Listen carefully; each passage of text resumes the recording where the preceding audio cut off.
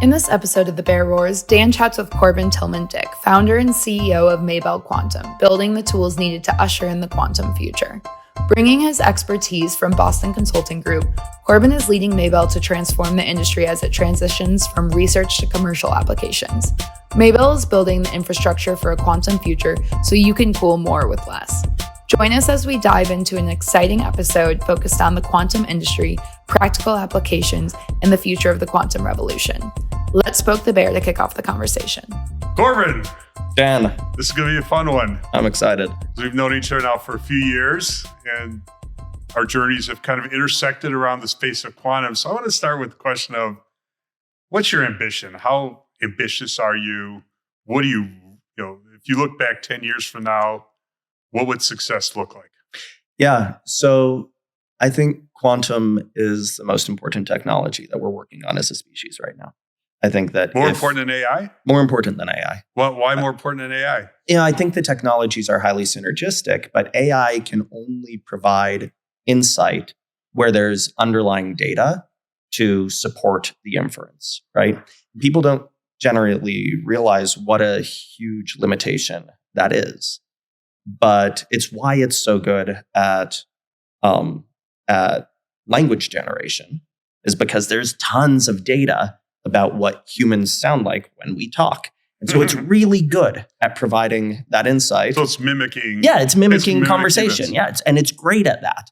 But there are a whole bunch of really important problems where the data simply doesn't exist. And AI can't solve those. Quantum can. And the things that matter most to humans, ending infectious disease, curing cancer, turning back the clock on climate change, not permanently, we've had that conversation, yes. but giving us a longer runway there. Those are places where a lot of the data is going to be really hard to get and probably can't exist in classical computers. By the way, this is going off on a tangent, an early tangent, but I read a recent article where there's a new hypothesis that's the reason we don't see intelligent life forms from elsewhere is because solving climate change is an unsolvable problem for species in general. Hard. Yeah, it is harsh. And the idea is that, as living beings evolve, like we're evolving as a human species, we consume more and more and more of the available resources. And by the time we are ready to break out and do greater things, we've run out of resources and we're stuck and we go away. Climate change as a great filter. Yeah. That is certainly possible. And hopefully untrue. Yeah. A little bit dark, a little bit depressing. The best news we could have as a species is finding out that there is a great filter and that it's way behind us, right? Yeah. That it's multicellular life or something. Yes. But I don't think we know that yet. So if quantum, going back to the question, is the most important technology, I want Maybell to be among the most important companies in the quantum industry. Now, there will be qubit builders and application developers who are likely the marquee names, the ones that folks see and talk about and are aware that they're interacting with. But Maybell can be a TSMC or an ASML, kind of the foundational layer. Which people listeners have no idea what you said. So you probably, if you're listening to this, have 15 billion devices built by TSMC in your pocket right now, right? They build the transistors for almost everyone, right? They are the Is this a company? Most geostrategically important company in the world. It's the Taiwanese semiconductor manufacturer. And it's why Taiwan is so much in the news relative to what is mainland China going to do? What are we going to do in response? Yeah, that's exactly right. It's such an important geography and culture and people. Well, and it's this fascinating situation where they made a very deliberate choice to prioritize development of this technology in order to give them geopolitical leverage, right? They are who the US goes to for semiconductor manufacturing and who China goes to for semiconductor manufacturing. And because they have this unique capability in the world, nobody else can do 3 nanometer feature size on chips And the smaller the feature size, the more you can fit into a phone. And so it really matters how small they are. Nobody else can do what they do at the scale and quality that they do. And with AI, the demand for what you want to happen within your phone is going to skyrocket. Absolutely. Probably beyond what the phone can do, which is a whole different topic of how does more real-time AI based on information that that is being generated, so it hasn't been moved into some remote data center. How's that really going to work when you've got this device here and there needs to be processing somewhere, probably with more of a real-time capability. Good for those who have lots of fiber networks, I suspect. Very good for those with fiber networks. Centers. Yeah, absolutely. And that demand is going to continue to grow for a long time. But eventually we'll run into problems where the data doesn't exist, where the opportunities to answer those questions with existing systems just aren't there anymore. Right? If you try... This must be an important moment because sunlight just went through your head. The glories from on high. Yeah. So I got you distracted here. So the Taiwanese company and the chips, how does that relate to what you were about to say about that? So ultimately, those are infrastructure companies, right? Yes. They are like fiber, right? They are at this foundational level. And people don't realize how dependent they are on that technology. But every second of every day, they are dependent on those technologies. Maybell wants to be at that layer where every time you touch a quantum computer, whether you know it or not, you are using Maybell hardware. Yep. And so what does that look like? Today, when you pull out your phone, you don't know whether the system it's pinging on the cloud is a CPU or a GPU or an ASIC or whatever other type of processor it might be pinging. At some point, it'll also ping QPUs, quantum processing units, and those we expect will universally be running on Maybell hardware. Yeah, and implied in that is that your hardware is essential for all types of quantum computers. Is it, or is it only... It's essential for nearly all types of quantum computers. So generally, when you're talking about a quantum computer, there are two sets of laws of nature that govern the whole universe. The first is classical mechanics. Throw a ball up, the ball comes back down. That's classical mechanics. So are rockets. So is relativity, right? It's a whole bunch of stuff. Classic mechanics doesn't govern things that are extremely small and extremely cold. And my company specializes in making things extremely cold so that the laws of quantum mechanics can take over. Now, sometimes you will hear people in quantum say, our systems operate at higher temperatures than other quantum systems. Generally, when they say that, they mean that instead of operating at negative 273 Celsius, they operate at negative 271 Celsius, right? They're both really cold.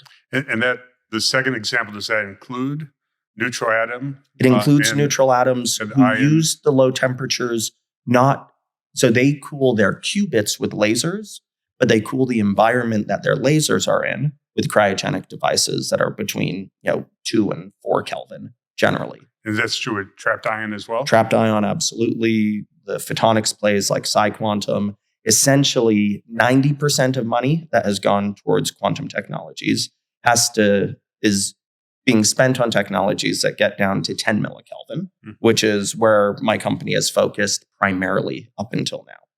Of the remaining 10%, over 90% of that money has gone towards technologies that have to be cooled to below 4 Kelvin. Now, my company works at 4 Kelvin. We have unique and differentiated product at 4 Kelvin, but we capture much higher margins right now going after the coldest pieces. In the long run, though, I think we will be the best position to support you, whether you're at 4 Kelvin, 2 Kelvin, 1 Kelvin, 10 millikelvin. We will have the best systems in the world for you. Yeah. So I was reading up a little bit on quantum, and what I read is that it won't be around for like a lot more years. So you'll have a product to roll out, by 2030? What's your timing on having a product that people will pay you money for? We are profitably shipping products right now. Profitably shipping products. Now, what does that mean? It means that where people say quantum isn't here yet, how is it that you get to profitably ship product now? So you can think of Maybell as, instead of being a gold miner, we're Levi Strauss. right? We are the ones selling the picks and shovels that all of the qubit builders are dependent on in order to build their quantum systems. And it's already an essential industry, not only for quantum, but for all types of low temperature research. And we can build systems that do their job and that people need and that people are willing to pay for. And so while quantum computing, I agree, is probably a few years from hitting the mainstream in terms of pulling out your phone and having it ping a quantum processing unit to solve some problem you care about. For us and for other infrastructure companies, it's a fantastic growth industry to be in. And I do want to come back and talk about your vision of nearer term quantum use cases. But we'll come to that in a bit. I want to stay focused on painting a picture of exactly what you guys do. And by painting a picture, maybe we'll even be able to flash up some of your screenshots. But describe, if I look at your product, what am I going to see? What's it going to look like as a layperson staring at something? Is it some miniaturized or is it bigger? Yeah. What does it look like? So if folks Google the word quantum computer right now and they pull up an image search, they're going to see all of these beautiful golden chandeliers. They really are. They're strikingly beautiful. It would physical look really nice objects. in this room. They would. Yeah. It actually, that chandelier looks not entirely unlike one. But they're a strikingly beautiful piece of hardware. And people think when you've got pictures of presidents and celebrities standing next to these devices, they think they're standing next to a quantum computer. Often they're not. That chandelier is not the computer. It's just the refrigerator, right? And the tiers, each one is colder than the one above it. And by the bottom of that, once it's in a vacuum chamber and running, it's the coldest place in the known universe. That chandelier piece is one element of a larger system that historically, before Maybell, took up a few hundred square feet and was a tangle of tubes and wires. Very steampunk, looked like something out of some sci-fi film, and they're exciting. What Maybell has done, a few hundred square feet, so a good size room-sized tangle of tubes and wires. And the other crazy thing about them is you buy them essentially as a kit, and you need one person with one PhD to turn it on and get it running, and an entirely different PhD to actually use the thing. And what Maybell has done is we've taken that room-sized tangle of tubes and wires, and we've put it into two 19-inch server racks. And so you walk by a Maybell fridge. Pause for a second. Two 19-inch server racks. What, for people who aren't used to walking through data centers, what does that mean? It's a big black box. And it's a little bit smaller than your kitchen refrigerator. Yeah. So it looks like a big cabinet, refrigerator size, a little bit bigger than what we think of as a standard refrigerator. Somewhat the equivalent of a handful of cabinets that you would see in a normal data center. Yeah. It would look from the outside, it would look like a rectangular box, a locker. That's exactly right. Looks like a locker. That's a perfect analogy. And if you walk by a Maybell system in a data center, you wouldn't realize that you are feet away from the coldest place in the known universe, right? Yep. And the breakthrough, and a cabinet in a normal data center, a cabinet maybe costs $1,000. So yours probably are somewhere in that price range. Yeah, ours are closer to $1 million. $1 million for this one cabinet. Why would anyone spend $1 million for that cabinet? Well, when you get the laws of classical mechanics to quiet down, which you do by cooling down to these unbelievably low temperatures, you can do some pretty extraordinary things. We're talking about solving problems that in a classical computer, you would need more transistors, and there are atoms in the observable universe to solve them.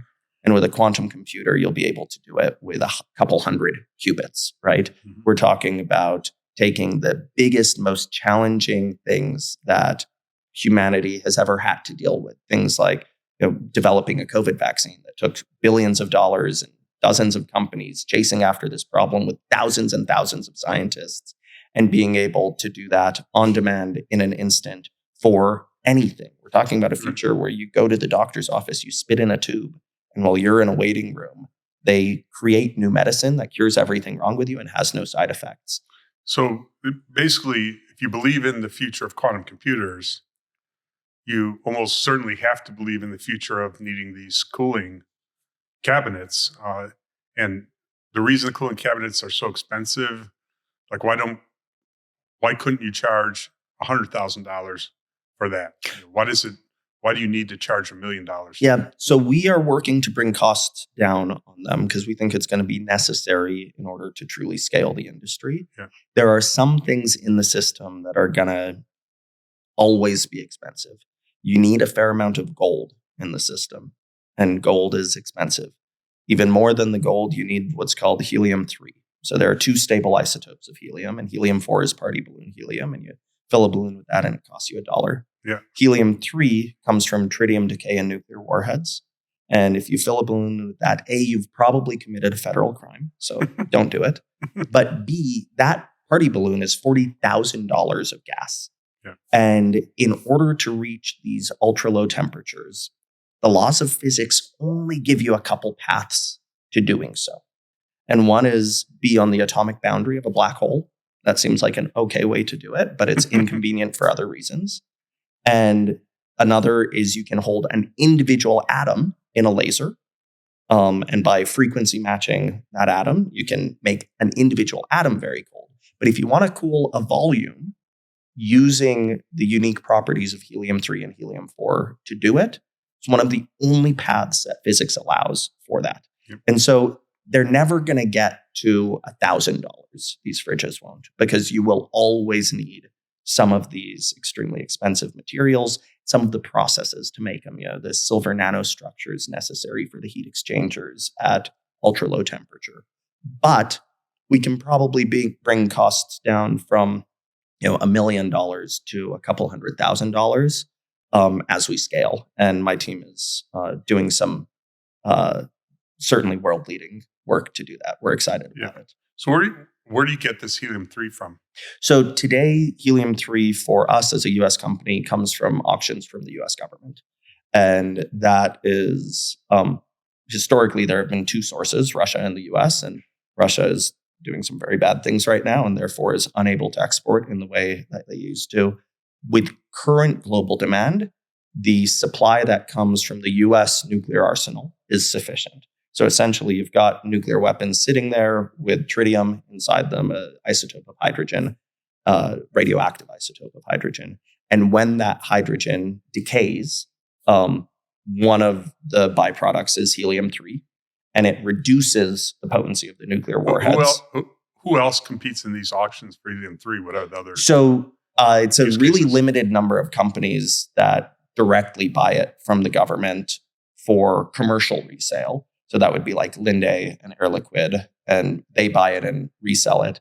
But then if you are... Resell it to who? What? Companies like Maybell, anybody doing ultra low temperature work, Okay. right? So these But are big global gas giants. Are there other categories of uses of Fusion. It's generally... So helium-3 is consumed as fuel in a lot of fusion research, and it is used as a kind of stable input, not consumed, but circulated in ultra low temperature physics. Mm-hmm. And so if either of those two technologies takes off, then we're going to need a lot more helium-3 than we have today. However, for the next 5-10 years, we have enough from the US stockpile. However, in the long run, hopefully we need a whole lot more helium-3. And the most likely source for incremental helium-3 is the moon.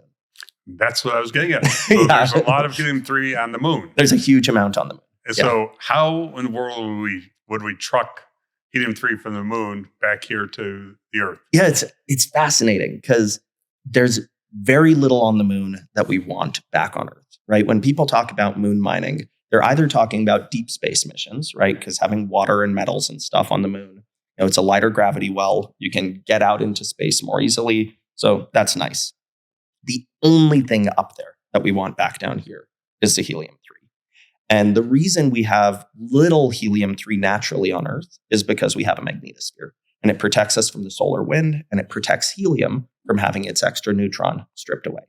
On the moon, because they don't have that big magnetic field protecting it, it's constantly getting bombarded by high energy particles from the sun. And that extra neutron gets stripped away. And so all you have to do to liberate that helium on the moon, it's not unbelievably simple to get there in the first place. But once you're there, you just heat up the regolith a tiny bit to above 4 Kelvin. And once it's that warm, the helium is going to boil out, and you can just bottle it and send it back to Earth. And the fortunate thing is it's valuable and it's light. And being valuable and light makes it, as a product for moon mining, an ideal product. Right? So it's valuable light, but it's also low volume goes a long way. A little volume goes a long way. Yeah, you pressurize that, and we will, with some frequency, have canisters arrive at Maybell that are the size of a large Yeti cup and worth as much as a house because they're highly pressurized. And at that point, sending stuff back and forth from the moon actually makes some real sense. And so there are some really exciting companies working on that right now. Maybell's working closely with a number of them because as they get good at it, we want to A, support them in that journey so they can be successful. But B, by supporting them now, we've been able to secure really favorable terms for Maybell. As their production volume goes up, we'll be able to secure helium for less than anyone else in the world. Yeah, so the unit price of one of your products right now is in, give or take, $1 million per kind of unit. That's right.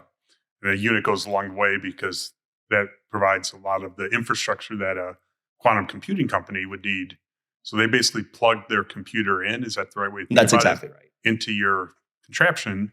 Your contraption does the hard work of creating the environment of coldness, colder than outer space, so that the developer of the quantum computer doesn't have to worry about that. They don't have to worry about that big chandelier and all the expensive people to attend to it. They could do what they want to do, which is build out the quantum computer. Are there, the volume of what you're doing this right now, is it onesie, twosie, dozens, hundreds? Yeah, so right now we're kind of in the dozens mode. And in the next few years, in the pre-quantum advantage period, right now, quantum is a research technology. We'll get to hundreds of systems that we're shipping per year pretty easily. But you told me your team's working their tails off to try to produce these to meet current demand. Yeah. What do you mean by easily? Your team's listening to this. We have increased our footprint by about 300% in the past year. And then we're more than doubling it again in the next month. We've stood up 2 dedicated production lines. I think as of next week, we'll have done a system every 2 weeks for over a month, which is really, for several months, which is really exciting for us to get to a point where, as opposed to a system leaving being an event, I think 2-3 weeks ago was the first time where a system got packed and sent away and no one told me about it. And that's actually a big change for our company. It is, because in addition to continue to be a researcher and developer of the technology, because obviously what you're doing now, isn't, the final outcome. It's going to continue to evolve. You're also turning into a manufacturer where you have to, build and deliver lots of units. That's right. What a cultural change that must be for you guys. Yeah, we're going from an organization where in our early days we were 70-80% PhDs. Now we are 88% folks who didn't study physics and don't have advanced degrees. Almost 90% of the company is welders, machinists, technicians, folks who are building the stuff of quantum.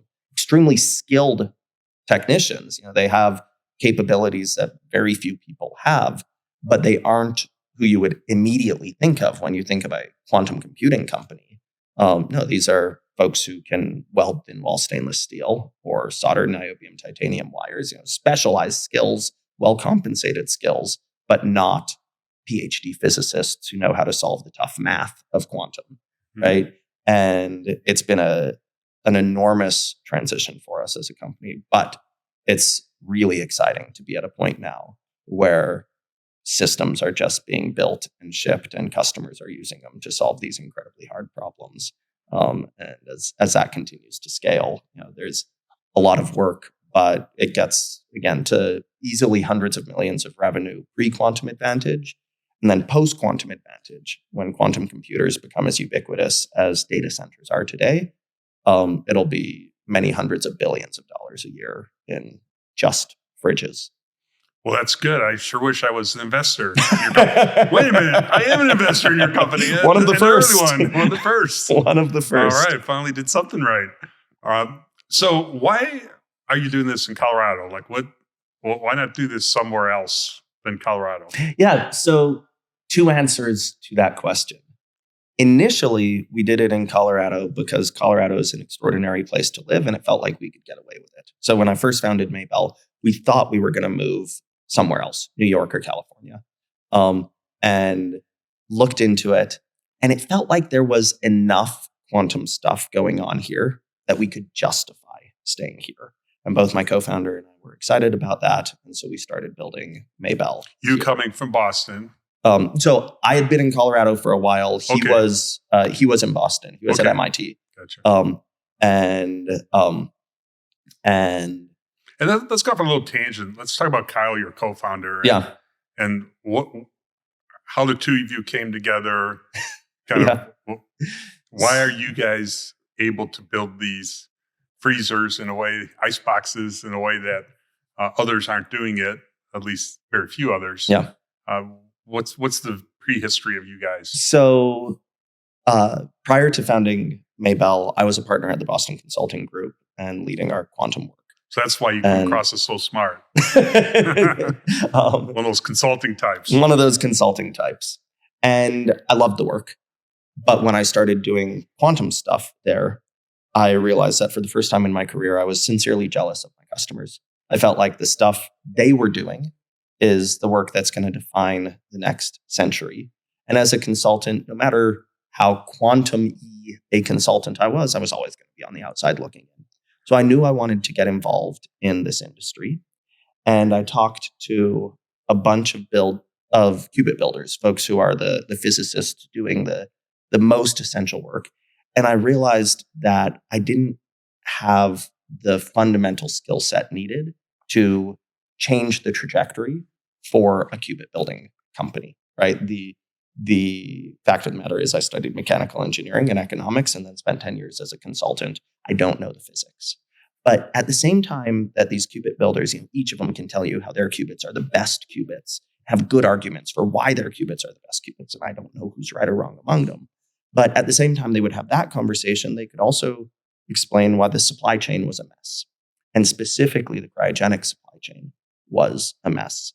And so I wanted to work in that space. And as I dug in, it became clear that there are only a handful of people on Earth who know how to build these systems. Literally, it's on the order of a dozen who can build them end to end. And Kyle Thompson, who at the time was at MIT's Lincoln Lab, his name came up a few times as if you want to do this, you got to at least talk to Kyle. So I sent him a cold email, got on the phone, had a whole deck ready to pitch him on why he should consider leaving MIT, which it's a dream job for a physicist. Let's just pause because I want people who are listening to really absorb what you just said there. I mean, you're at Boston Consulting Group. You decide you want to go do something in this field because this field is like going to be change the world. And so you're like, okay, what can I do? You have to figure out what area can you play. You start coming up with a idea, a thesis. Say, well, if I'm going to do that, I better go find someone who's like one of the best, smartest people in this area, one of the true subject matter experts. And then you just go and reach out to them. In that is such a statement of what an entrepreneur, how they behave, how they, their action first. I'll figure out the details later. So before we had a little bit of technical difficulty and had to take a really short break, I was just pointing out how great of an example of true entrepreneurship, of trying to figure out, okay, I'm going to pick a big area to go after. I'm going to come up with a specific idea of how to play, but then I need to find a partner who can bring the expertise. And I think that's a great lesson for many of the people who are likely listening to this podcast. So I was incredibly fortunate with Kyle that I didn't have to drag him along. So I had a whole deck ready to pitch him, right? I'm a BCG partner. I'm always going to have a deck. And I send him this cold email. He agrees to jump on a call. I pull up this deck and I get about 5-10 sentences into explaining my vision for what Maybell could be. And he could tell that I was about to keep talking. As you can tell, I sometimes keep talking. Mhm. And he said, hold on, take a breath, Corban. I've wanted to build this company for a decade. If you can make the business side happen, I will make the physics side happen. And we will build the best cryogenic systems in the world together. Wow. And that was a Thursday evening conversation. He gave notice at MIT on the following Monday. And less than a month later, he was out here in Colorado and we were building Maybell. Wow. And that was roughly what? That was 2021, April 2021. Wow. And we have, in the subsequent 3 years, we were in stealth for the first year, exited stealth in 2022. We started shipping systems in 2023. Right now, I think we're probably number 2 in the world in sales volume. We take us a little while to get to number 1, but we've outstripped all of our competitors. And more important than that, the number 1 company, this Finnish company, who's our biggest competitor, all of their recent product releases are bad knockoffs of Maybell systems. They've made them look more like Maybell systems without changing the fundamentals of what make our systems better. And they seem confused about why they're losing to us in these tenders again and again and again. And it's because the changes we're making aren't cosmetic. The changes we're making are about making these systems more reliable, easier to use, better for our customers, better for the performance of their qubits. And the customers are seeing that and picking us again and again and again. And it's incredibly gratifying in the course of a few years to go from an idea that I was writing up on a whiteboard for how to play in this space, and now seeing that turn into a world-leading company that we're over 50 people now, sold systems in 8 countries and probably 9 at the end of next week. And it's awesome. And you've done, unlike the conventional wisdom is when people are doing something with hardware, you have to raise so much money that investors will never get a good return. You guys haven't raised that much money at all. Roughly how much money have you raised? And of that, how much have you spent? Yeah. So we shipped our first system before we had spent $5 million of investor money. And then we raised a relatively large Series A, $28 million. So at this point, relatively large, but relative to the notion of what you're doing hardware-wise, that's true. That would be considered tiny. That's true. That's absolutely true. So we've now raised, $35-ish million, but we still have the vast majority of that in the bank. We won't be totally public on how much. Yeah. But we are, again, in this industry where we build things for a nickel and we sell them for a dime.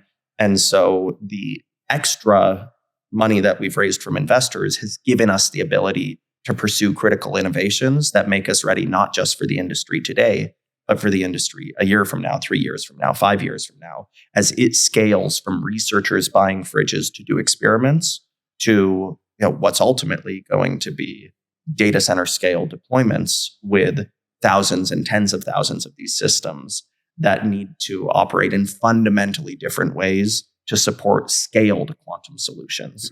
And when do you, and if so, when, think you're going to have a need for a large Series B? Is there going to be kind of a step where you're like, we need to go raise 100 million, 150 million, or do you think, hey, we're fine for the foreseeable future? It's not even on our radar. So if all we wanted to do was build the best fridges in the world, then raising another round would probably never be necessary. However, I do want to support the industry, not just with the next fridge, but with scaled solutions, scaled infrastructure solutions. And so as the industry gets closer to ready for that, Maybell will likely do a large raise to support us scaling to where our customers need us to be. We can keep building the next assembly line with the profits we're making from selling fridges right now. But to take the big step change that we expect the industry will need, that'll require another round at some point. Yeah. The term digital infrastructure kind of encapsulates, fiber and data centers, towers. But the word digital doesn't cover quantum infrastructure. That's right. So we need kind of a new word in the future to replace the first of the two words, infrastructure, so that it captures the category of quantum infrastructure, That's which right. will be a very real category, and already starting to be. So maybe there's like the infrastructure type investors who start to pay attention to what you're doing, others like you are doing, and say, hey, we need to expand our remit to think about that next generation of infrastructure, which is both AI and quantum. So let's shift gears a little bit and let's talk about when will quantum computers, in a way that is more universally recognized, be doing things that can't otherwise be done by conventional computers. So not kind of a one-off quirky example that people might say has already happened, but where everyone says, yeah, that's being done by a quantum computer and you could have never done that without a quantum computer. Yeah. So my customers are better at answering this question than I am, or at least have more of a vested interest in the answer than I do. But you're hearing their answers from them.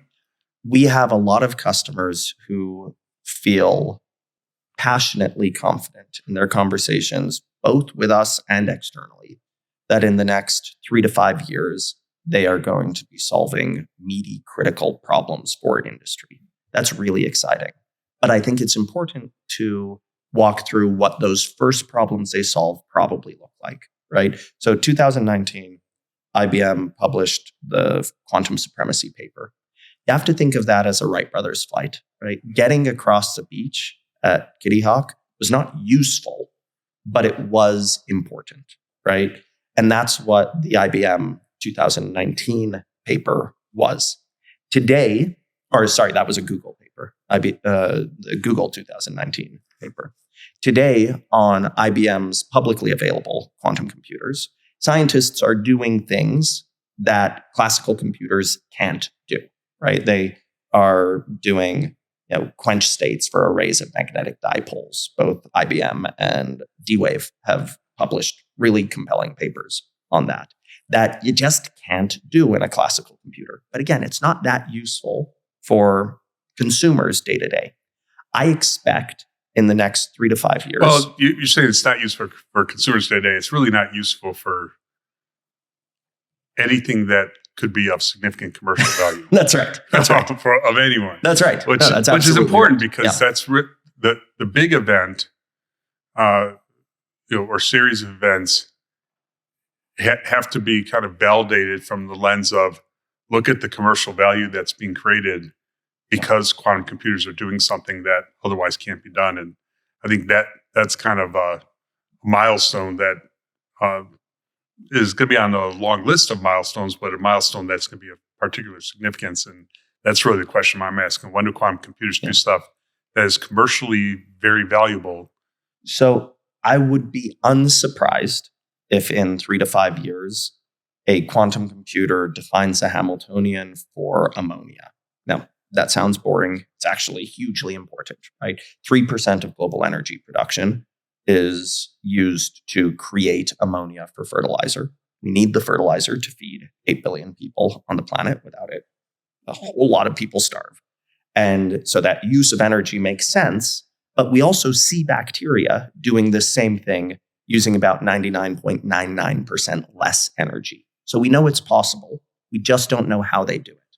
At some point in the next handful of years, I would be surprised if it's less than 3, and I would be very surprised if it's more than 7. A quantum computer is going to solve that problem. And that 3% of global greenhouse gas emissions will become essentially zero. And the hundreds of billions of dollars that get spent on that every year will become much less than hundreds of billions and be directed towards whoever came up with this new technology, right? The quantum computing company. So that'll be one big moment, right? There will be a couple other big moments like that. Lithium air batteries, zero net energy carbon sequestration, things that are Well, let's pause on each one of those. Okay.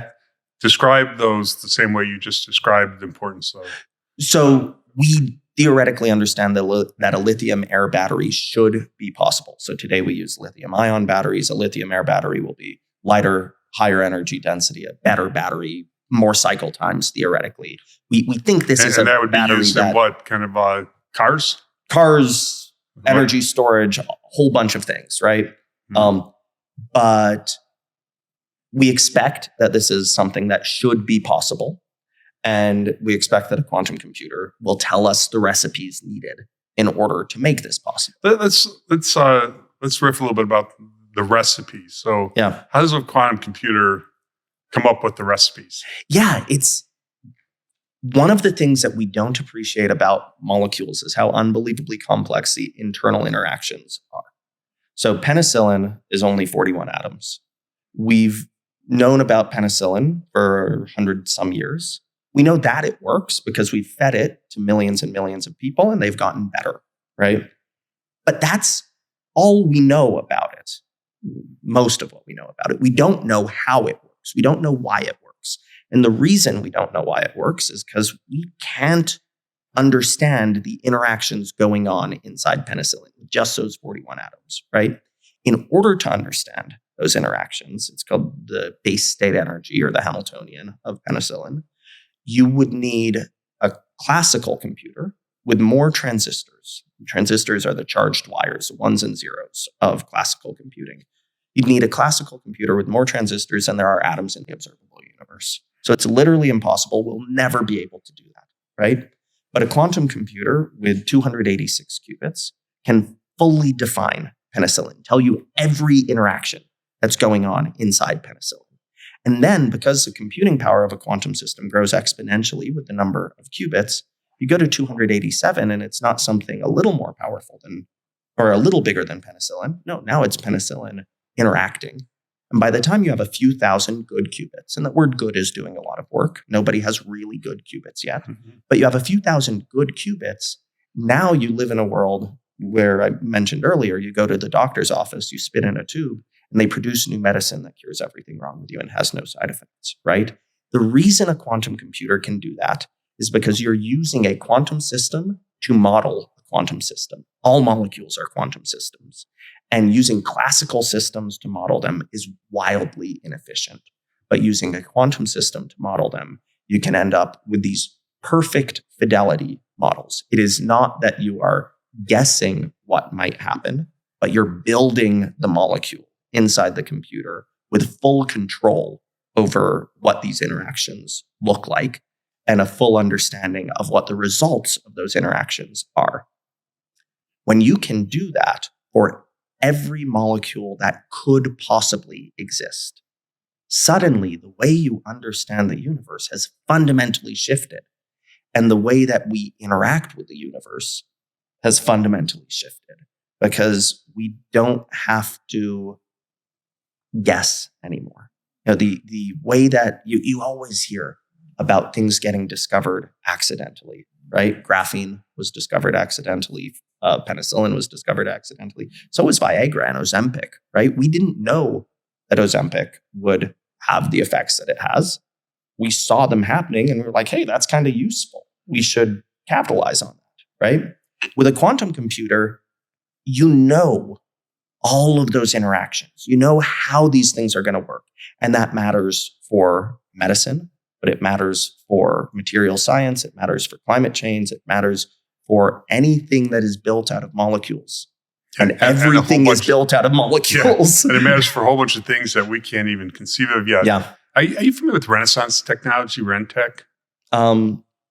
The startup or the company that builds like positioning systems inside fridges and stuff? Nope. Okay. This is, with all due respect to Warren Buffett and Berkshire Hathaway, Rentech is the most successful investment firm. Oh yeah, no, I don't know about them. By far, over over a very long period of time, 20 plus years. Real well known, in the investment community, and their returns have been extraordinary year after year after year. 50%, 60%, 70%. Defies anything that you would believe that the market itself couldn't allow for a very large investor to earn extraordinarily outsized returns year after year after year. And like the inner workings of a quantum computer, how they do it is not known because they've been very secretive, very opaque. But what is known is that it's a collection of PhDs in math and has been for years. The best of the best PhDs in math come there and they do math. And they're doing it through math, which is not unlike today's Gen AI, is able to predict the likely next thing to happen from a vast collection of data that they have. And there's even some speculation that I was listening to the podcast Acquired, which did a really deep dive on Renaissance. And there's even some speculation that maybe they figured out this Gen AI thing years before it came to be in the last 2 years through OpenAI. So they may have been using that for a long time. That's really just using all this data in an AI sort of way to say, okay, what's likely to happen based on all this data, and why it thinks it's the next likely thing that happens unknown. It's in the bowels of the AI, but it's right a bit more often than it's wrong, and you can make a lot of money. My guess is one of the most profound early use cases of quantum is going to be when a investment firm, maybe they're already working on this at Renaissance Tech, is hiring kind of quantum software folks who are figuring, okay, when we have this quantum computer that can do these certain types of algorithms, how can we use that to our advantage in a hedge fund trading context to make outsized returns? Yeah, asset pricing, portfolio optimization, problems like that. Yeah, they use the word portfolio optimization when they're describing that. But as I thought about it more, and I would love, if anyone's listening to this, to talk to people who are hopefully really working on this. But when you think of portfolio optimization, you think of like how much of your portfolio is in these types of equities or those kind of debt instruments. But maybe it's what they really mean is what we're doing is optimizing the ownership of assets where we know we can't lose no matter what happens. And we're able to gain that insight because of the application of quantum computing, and it's able to see things, figure out things that, hey, you have this portfolio, no matter what happens, the net is going to go to the positive most of the time, not the negative. So you can trade on that and make a lot of money. And to me, that kind of use case is what, you could argue there's no value really being created in that use case, but the value might be in developing the knowledge of how to use these quantum computers to do something very useful. Well, and the other thing, I have nuanced opinions on the financial services industry. However, you can't build companies without well-functioning financial markets, right? And if they get better at putting money behind companies that are driving value for everyone, which is ultimately what you need to do in order to grow the economy, then it's one step away from direct driving of value, but it sure matters to the long-term health of an economy and what you can build. Yeah, one really interesting thing about quantum computers, which is a little different than what's going on with AI right now. Like AI came out to the scene and it's massively available. Like we use, ChatGPT and other AI, even though it's only been around a short period of time. When quantum computers cross over and start to be able to do stuff that is commercially very useful, the amount of quantum computing capacity is going to be very constrained. Yes. And it's going to be very constrained for an extended period of time. So the access to those quantum computers, the use cases that generate the most value by the subset of people who are most ready to use them, is what's going to dictate who has access to that very limited capacity of quantum computing. So, if you use your imagination a little bit and kind of break down what that really means, is you have something that is extraordinarily valuable, but in very limited supply. Who's going to be ready to take advantage of that limited supply and exploit what, for the first time, is very valuable? That could prove to be a very fascinating few years. That's a fascinating point, and I hadn't thought about that before. But you're absolutely right that even today, with quantum computing not being commercially useful, we are supply constrained on quantum computers, right? Anybody who puts out a quantum computer, IBM, Quantinuum, D-Wave, it's fully booked. right? They aren't looking for people to use the computer. No, they are booked completely all the time, right? And when we get to the point where this is solving the most important questions in finance and healthcare and environmental science and all these other things, there's going to be a long time where getting access is going to be expensive and hard. It's a fascinating point. Mm-hmm. So what is your consulting mind kind of wanders right now? What would be the tactics you would recommend to companies in order to be prepared for that? Yeah. So when I was at BCG, the quantum work that I was able to do, a fair amount of it was arguing that those who build up human capital and intellectual property early are going to have the beachheads that matter in those early days of deployed quantum. Now, the way I was thinking about it then, candidly, before you just said what you said, is they'll be the ones who know how to do it. But beyond being the ones who know how to do it, they'll be the ones who have secured contracts on favorable terms in the early days with the quantum computing companies. It is a fundamentally different technology. Knowing how to use it is not at all a given. Those who partner with the qubit builders now to develop the algorithms and the applications are going to have, at times, exclusive access to these technologies and sustainable exclusive access. And it's, on one level, shocking to me how little investment moves the needle in quantum today, right? If you spend $100 million on AI, you don't have a tenth of a training run for one of the advanced AI models right now. If you spend $100 million on quantum today, you are building intellectual property that will define a sector for an awful long time, right?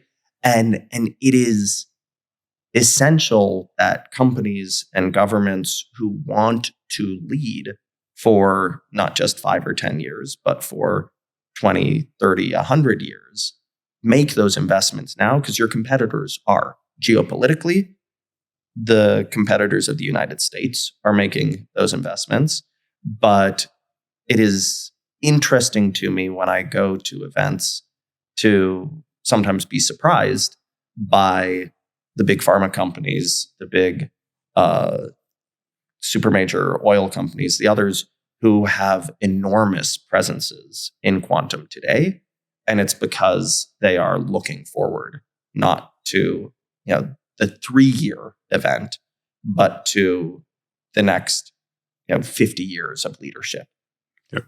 Yeah, I hear a big sucking sound, and the sucking sound is all the particularly software talent that's being sucked into AI and away from kind of quantum. Because if you're software talent right now, you're coming out of school or you're trying to figure out, your career, the lucrative direction to take, the extraordinarily lucrative direction to take is become an expert AI. It's here, it's now. Every company needs AI software people, whether it's a company that specializes in AI or whether it's any other company that wants to leverage AI. So in some respects, there's going to be a dearth of talent that is focusing on quantum from a software perspective, at least over the next couple of years. And that will probably continue until there's more clarity about when there's going to be these commercially viable quantum computing systems that are ready for prime time. Yeah. And then it's going to be then it's going to be like it is in AI right now, where it's like, oh shit, let's the big opportunity is learning how to leverage these quantum computers. Yeah, I guess my advice to folks considering that step is, by the time your high school buddy who isn't part of the space is talking about an industry, you're way too late to lead in that industry. Yep. Right? And so, yes, as a software developer, you can make a good salary if you go into AI today. Absolutely. You will be well compensated and you'll have a good lifestyle. But you are very unlikely to create a generation defining company if you go into AI today. That work has probably mostly been done. and beating the handful of tech giants who are invested extraordinarily heavily in the space, and then the handful of startups who are truly leading in the space, OpenAI and Anthropic and folks like that. Coming into it now, you're too late to be the leaders there. Just like if you went into blockchain, 3-4 years ago at the peak of the blockchain stuff, you were too late to be the leaders there, right? With quantum, you're probably at about the perfect moment if you want to be part of building the industry from the foundation, if you want to set yourself up for generation-defining leadership. That's who should spend their time in quantum. And that's not everyone, right? That's folks who are entrepreneurial, who are willing to take risk to see extraordinary upside, who are hungry to do more than have a job. And having a job is appealing. Like there are big benefits to having a job where somebody else does the hard work of creating and you do the hard work of executing.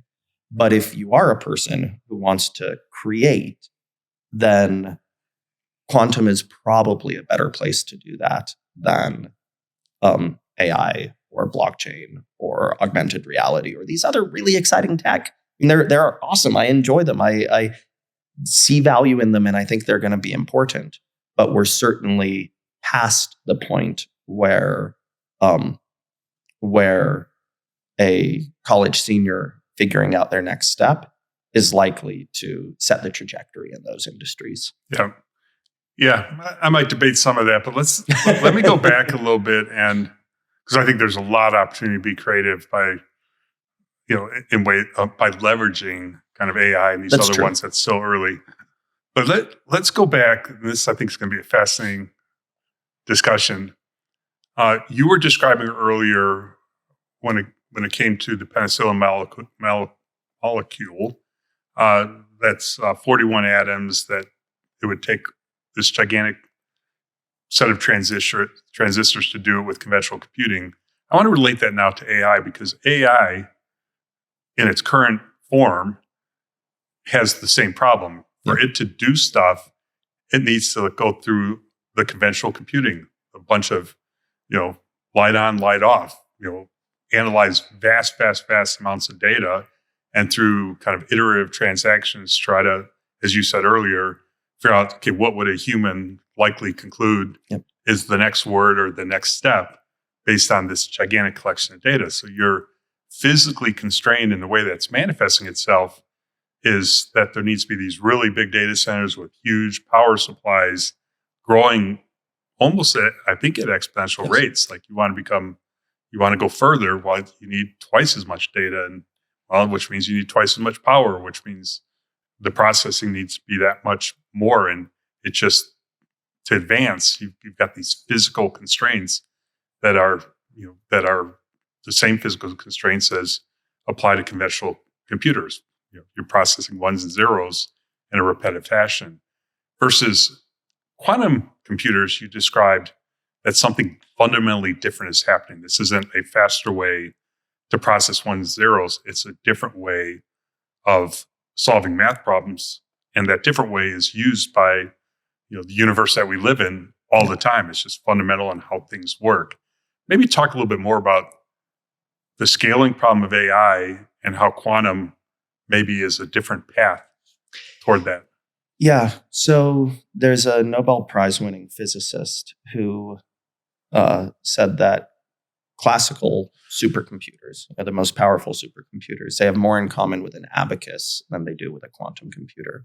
And he wasn't being... And what's an abacus for our listeners? An abacus is one of those bead-based counting tools that you likely had in your first grade classroom. Yeah, humans' first computer, which was literally a mechanical device that you actually worked yourself.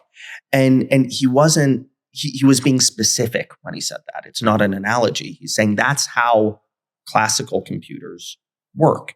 You've got ones and zeros on and off. You look at them one at a time, one after another. That's what classical computers are made of. And you can make them denser and more powerful, but it's always a 1 or a 0 looked at one at a time, one after another. It's happening really fast. In a phone, that'll happen over 1 trillion times a second. But the fundamentals of it, you're still sorting beads, right? And when you say you can make them faster and denser, but within limits. Limits, yeah. And we're close to those limits. Faster and not infinitely denser. And with these power, that's exactly right. So right now, a gate in a classical computer is only about 10 atoms across. And we're already running into problems with what's called quantum tunneling, where something that should be on one side of the gate tunnels to the other side of the gate because of the probabilistic distribution there. And so we really can't make those gates that much smaller.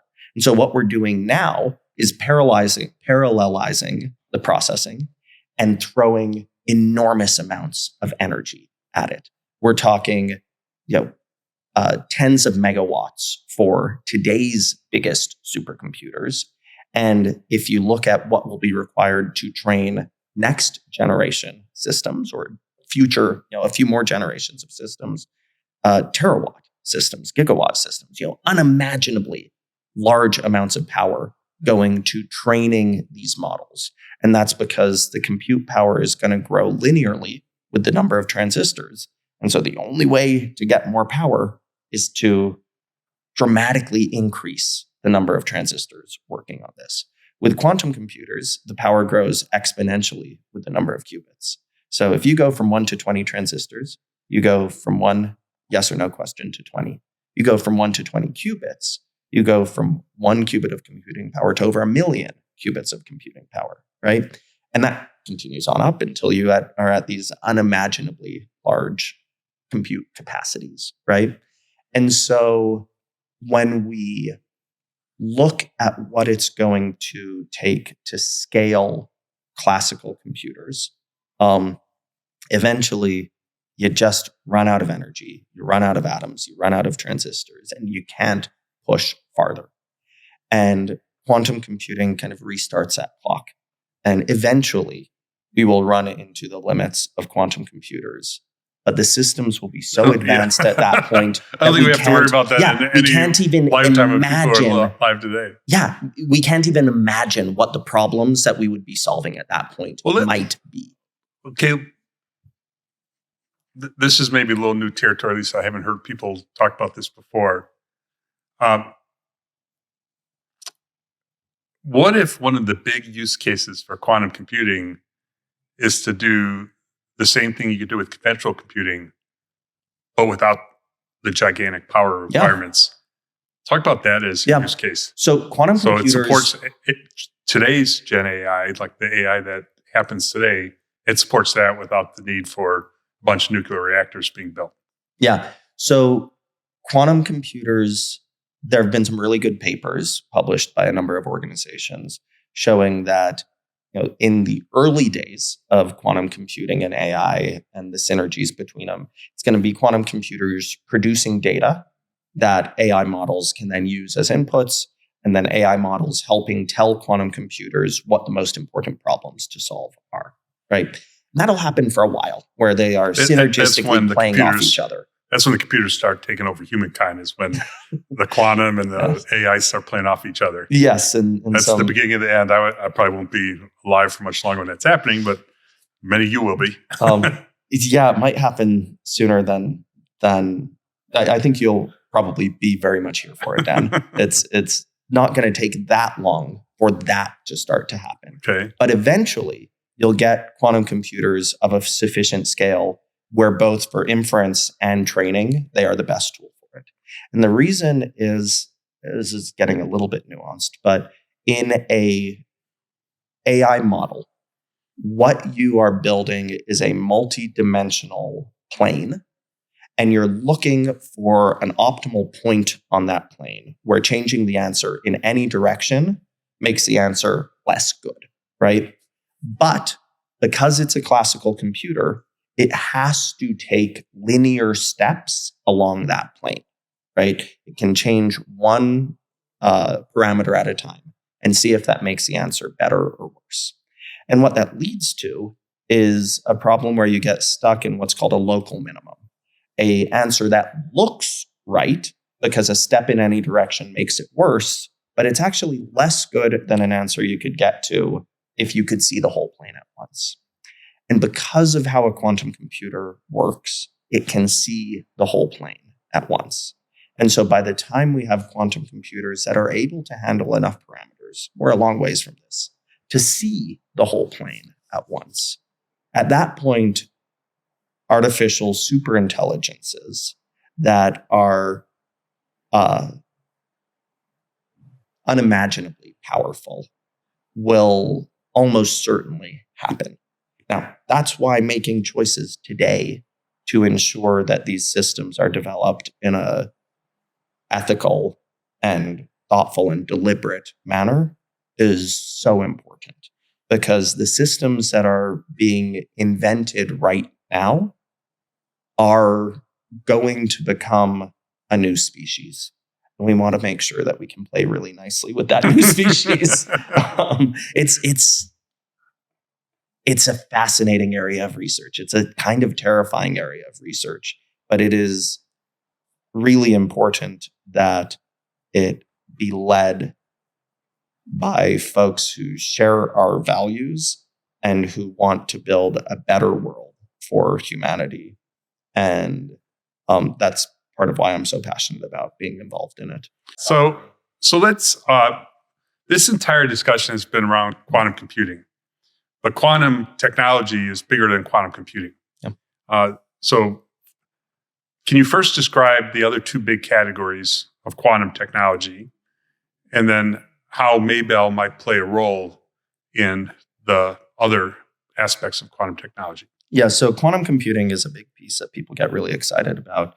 But beyond computing, you have sensing applications that matter a lot and networking applications that matter a lot.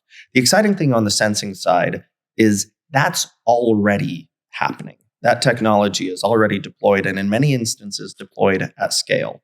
So if you use GPS, and pretty much everyone uses GPS, you're dependent on a quantum technology, right? There are atomic clocks on satellites, only a couple dozen of them up there, that keep incredibly precise time. And by doing that and measuring the delay in signals to a receiver on your phone, you can figure out where you are. That matters a lot. It's also not very robust. Right now in Russia or Ukraine, there are problems of spoofing GPS signals. But not just in Ukraine. I think it was Newark Airport was shut down for many hours because a truck driver was frustrated with their boss monitoring GPS. And so they ordered a GPS jammer online. They drove by Newark Airport and managed to shut the entire thing down. I hadn't heard that. Yeah, it's a little bit of a nightmare. So moving those ultra precise clocks from satellites to the endpoints would provide a level of robustness and redundancy that meant that we weren't vulnerable to those types of attacks. And you've got companies, here in Colorado, but around the world, working on chip-scale atomic clocks that can give you the precision you need for GPS redundancy. You've got a company named LongPath, again, based here in Boulder, that they don't talk about the fact that they're a quantum company almost ever. But they are. They use a device called a frequency comb that won a Nobel Prize when it was developed at NIST, and they use it to sense methane leaks. And so if you're trying to clean up the environment, make sure that fracking and pipelines and landfills aren't pumping this incredibly intense and problematic greenhouse gas into the environment, then setting up one of their towers is the most cost-effective way to do that. You put a tower up, a LongPath tower, and if a cow farts on the horizon, they not only can tell you it happened, they can tell you which cow, right? Oh. And yeah, it's incredibly... Not that I want to know which cow is farting, but... But that also is true for a tiny trickle of a leak from a pipeline. It's true for a landfill that has an uncapped problem. And they just got a huge contract to map the entire Permian Basin using these towers so that they can identify and address every bit of methane coming from there. And the exciting thing about the tech that LongPath has is right now, the comb is literally super fine interlocking devices that are tuned to a specific frequency. Right now, those are tuned to methane because that's where they could build an exciting business today. Commercially viable business. But if they change those spacings a little bit, they can tune it to see COVID, or they can tune it to see the residue that would come off a bomb being brought into a port of entry. And little changes in that create a very powerful technology where one tower with one laser at the top can protect a huge area from these types of things. That's another quantum sensing technology that is deployed today, scaling today, valuable today, that folks don't necessarily think of as quantum, but it is. And run by a veteran of Zayo. Yeah, really. I awesome. Didn't realize that. Yes. That's fantastic. I think the work they're doing is fantastic. I really am so impressed with that team. On the networking side, there are kind of two families of quantum networking to think about. The first is networking of quantum devices in a data center. In a GPU cluster, in a classical system, when you break a problem apart and parallelize it across different processors, it's useful. You can increase compute by breaking that problem into two pieces. Which, like trapped ion, would be a use case because they need to do that Yes. to scale. Yeah. With a quantum computer, though, if you are able to link those two computers with a quantum network, you aren't doubling the power of the quantum computer. You are raising the power of the first quantum computer to the exponent of the power of the second quantum computer. It is insanely powerful, the ability to do that. And doing that in data centers will be essential in order to scale quantum compute into the most interesting, most important problems that we could solve. And for certain types of technologies, like you said, trapped ion, you can only make an ion trap so large before you end up with residual charge issues that end up with this exquisitely quiet environment. And so being able to put these next to each other and network them together is essential. Yeah. And that's... Yeah. Let me go off on a little bit of a tangent there, because you said put them next to each other.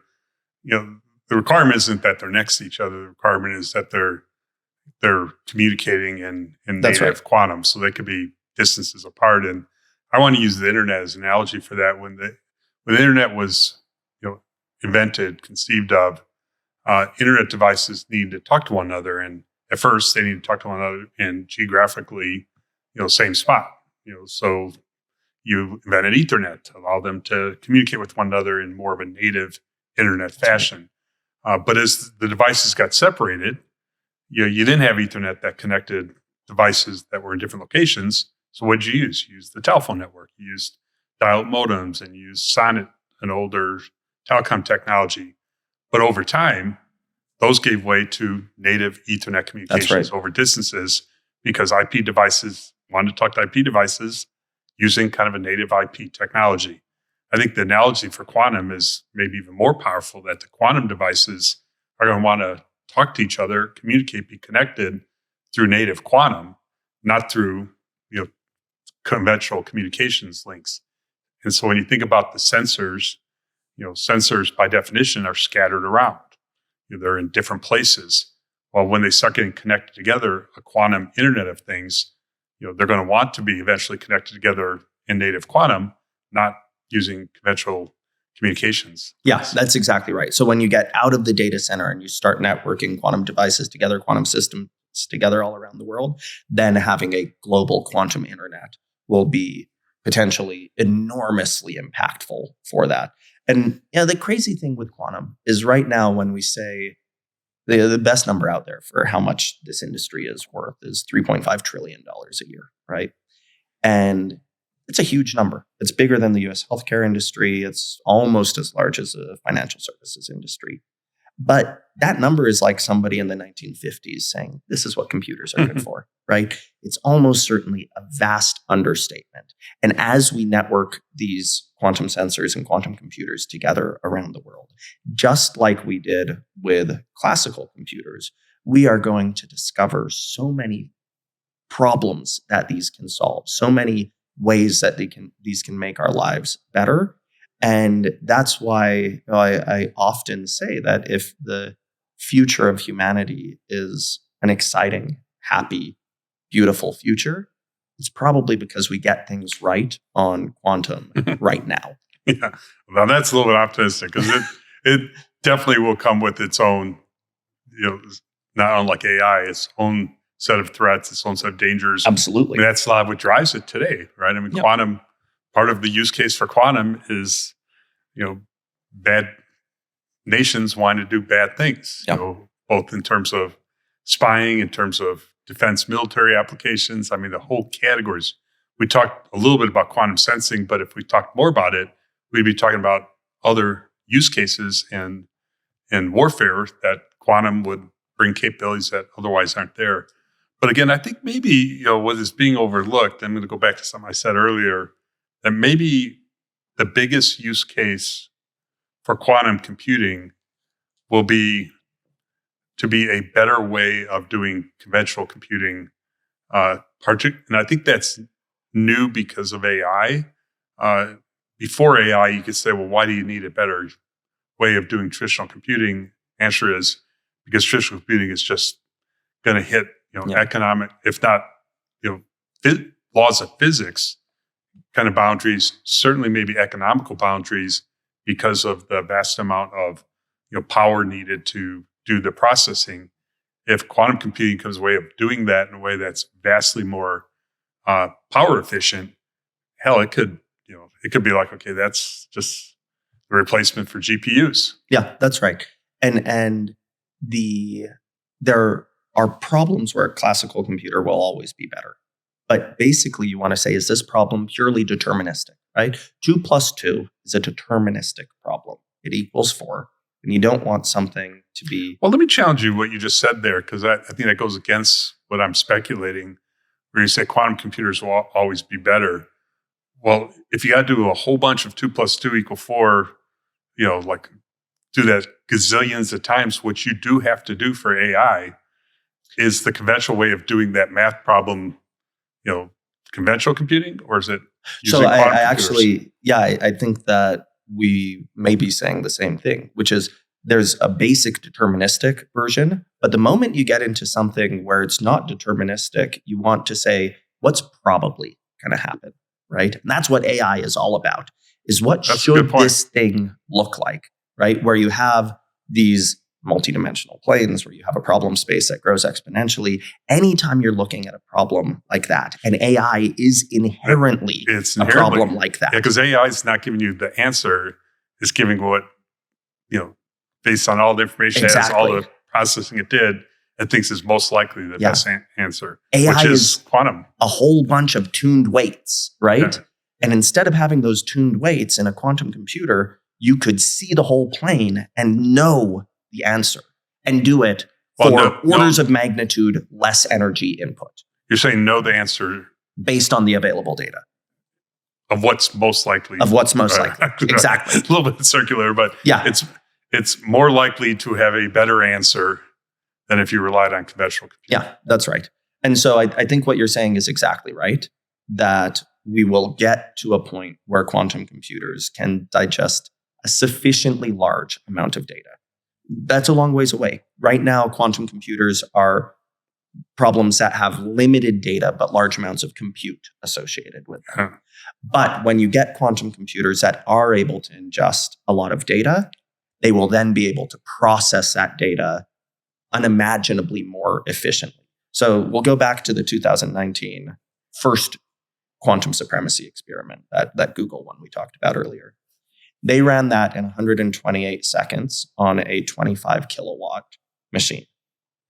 A classical computer, according to the most thoughtful responses at the time, would have taken the largest supercomputer in the world, which was I think 16 megawatt system called Frontier.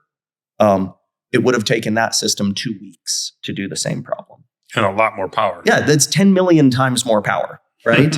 and 10 million times more power. Yeah, 10 million. And that's the first time we ever did this, right? That's the first example of quantum supremacy. And it was one where, by your very description, you were able to do it with a conventional computer.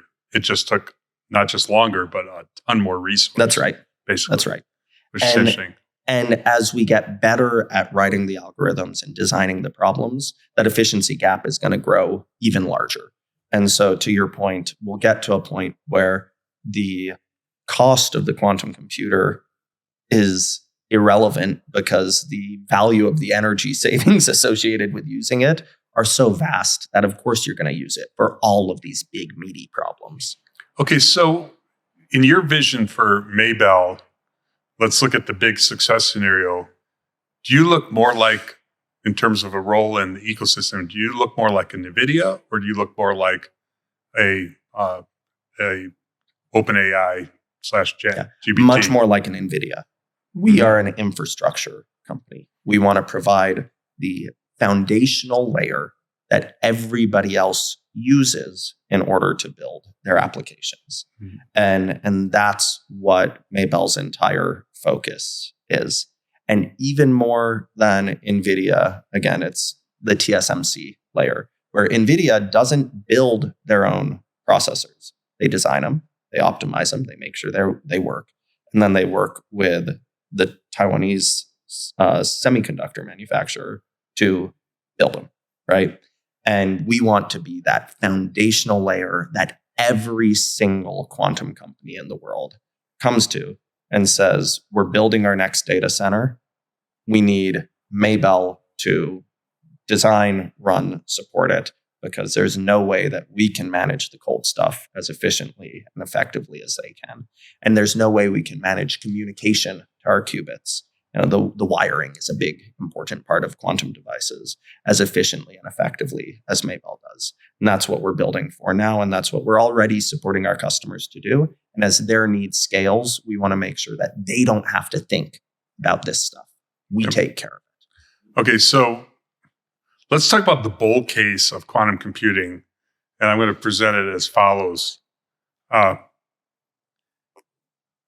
Quantum computers there's a breakthrough in quantum computing by someone in the next 2 years that begins to produce functional quantum computers that can solve these commercially viable problems at some level scale. Now, some level scale could be minor scale because, as we said, the first smart people who get their hands on a functional quantum computer are likely to be able to do things with a completely fresh, a fresh set of opportunities that otherwise couldn't have existed before that.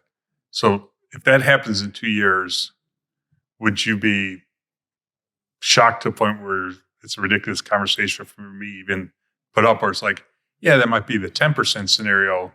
I don't think it's the 30 or 50% scenario, but yeah, there's a good chance. Yeah. Certainly not shocked. It would be happy.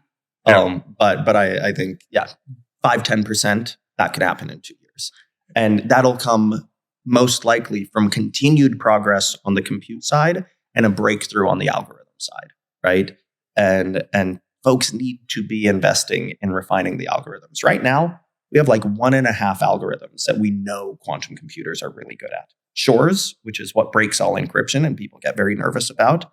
That one we know for certain that quantum computers can do that many orders of magnitude more efficiently than classical computers. And that's important. That is how we secure every text message, every banking transaction, every military order is based on the difficulty in factoring large primes. And we know that quantum computers will be better there. Some of the molecular modeling stuff, we have very good reason to believe that we will see exponential speed up. After that, there are a whole bunch of question marks of what are these things good for, right? With just those two, we already have $3.5 trillion in value. So exciting. Yeah, but the encryption one I liken to like Y2K, if you remember Y2K, where will result in potentially a lot of defensive spending of money. So it's almost like the opposite of creating value. It will be costly of value. So it's important, but important for different reasons.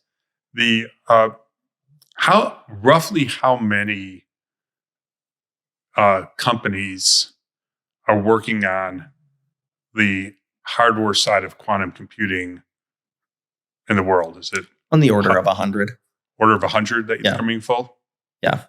And that likely isn't, so that's not counting Chinese players, really, because there's an ecosystem that is.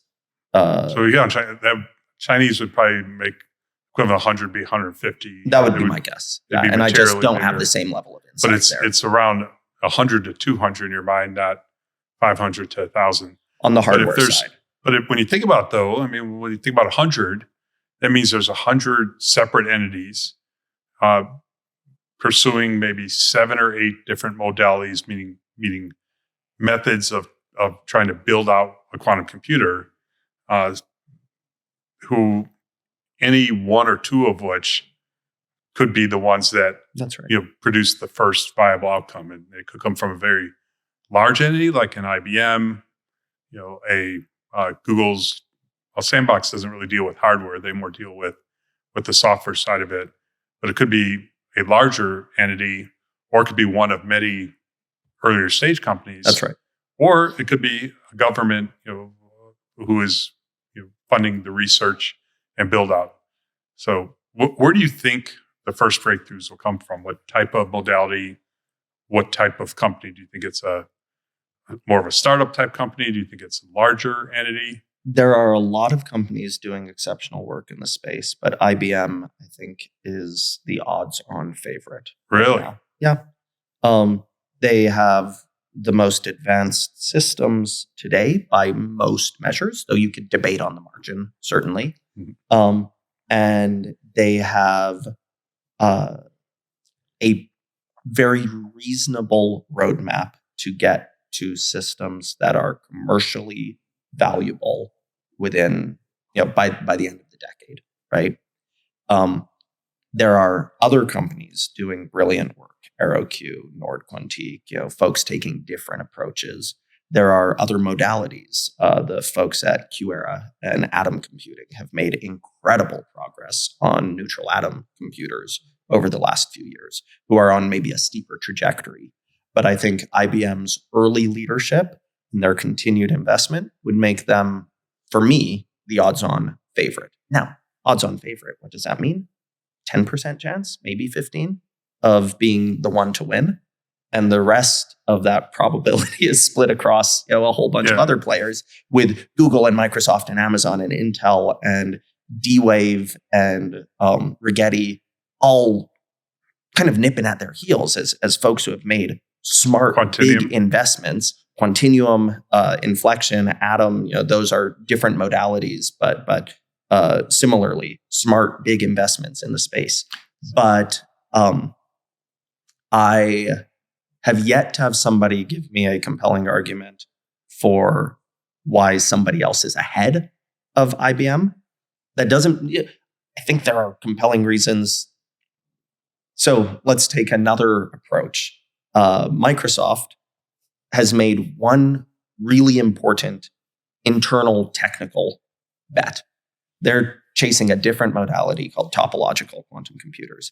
If they can get the physics breakthrough there, then their system will be the most scalable and best, right? But there's more physics to do there, right? IBM at this point, it's mostly engineering, right? And so those are kind of two extreme examples of Microsoft's approach, I think, is among the most radical. And they've now chosen to hedge. They've made big investments and partnerships with Quantinuum and atom computing, because those are fundamentally different approaches that are showing real progress and have a real path of leading. And so they can make a couple bets that way. Okay. So now I'm going to ask you another question. I think in here is going to, illustrate kind of both an opportunity and kind of a head scratcher. How many companies are working on the algorithms? So if there's 100 plus that work on hardware, how many companies are really working on, okay, we're going to build these algorithms that are geared toward use cases to intersect these quantum computers and do something really special? Yeah. I'm a step removed, so I'm less likely to know about all of them, but I would say it's on the order of a dozen, right? It's a much smaller number. And ultimately, an enormous amount of value is going to be captured in the algorithm space. If I was better at math, I might have chased an algorithm company instead of a fridge company. Certainly, if you were making your decision right now, as opposed to 4 or 5 years ago, the getting in front. So that's when you're not trying to be a NVIDIA equivalent. that's when you're trying to be a open AI. That's right. equivalent. I'm going to be there producing these software breakthroughs just as those software breakthroughs become possible. That's right. And even the ones that are doing it right now, my sense is not only are there very few, but it's not clear that there's any very serious, meaning well-funded. Yeah, I think it's underinvested. Yeah. I agree. Yeah. Now, there may be some that are more in stealth mode and, maybe some of the big guys like through Sandbox, maybe, which spun out of Google, maybe that's an example. Yep. But there doesn't seem to be these groupings of, and I think the talent to do that is largely being sucked into AI right now.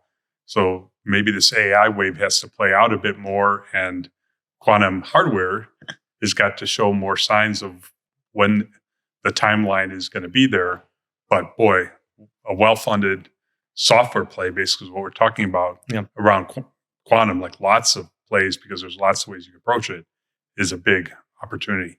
Yeah, absolutely. Couldn't agree more. So earlier I asked you why Colorado, and you began to answer. Then I got you off on 5 different tangents. Let's make the case for what is Elevate Quantum? What role does Colorado play in the world quantum scene?